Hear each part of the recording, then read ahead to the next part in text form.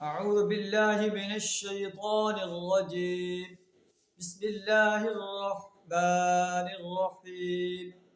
من اهتدى فإنما يهتدي لنفسه ومن ضل فإنما يضل عليها ولا تزر وازرة وزر أخرى وما كنا معذبين حتى نبعث رسولا.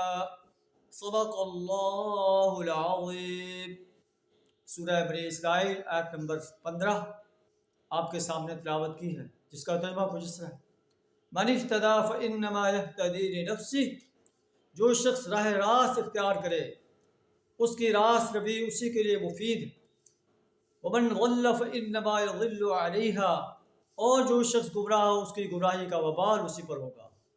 راست روی انسان کے اپنے لیے مفید ہے، کسی پر اس کا احسان نہیں، اور گمراہی کا راستہ اختیار کرنا اس کے اپنے لیے وبال کا ذریعہ بنے گا.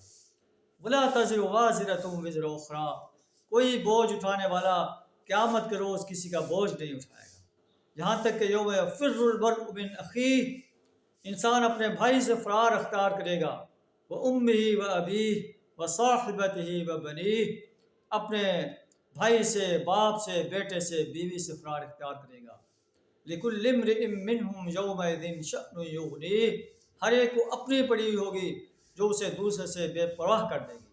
اللہ فرماتا ہے کہ یوم حساب بڑا سخت ہے. ہر انسان کو چاہیے کہ وہ قرآن کا راستہ اختیار کرے، شیطان کا راستہ کو اختیار کرنے سے اپنے آپ کو بچائے، ورنہ قیامت کے روز اسے اللہ کے عذاب سے کوئی نہیں بچا سکے گا. وآخر دعوانا الحمد للہ رب العالمین.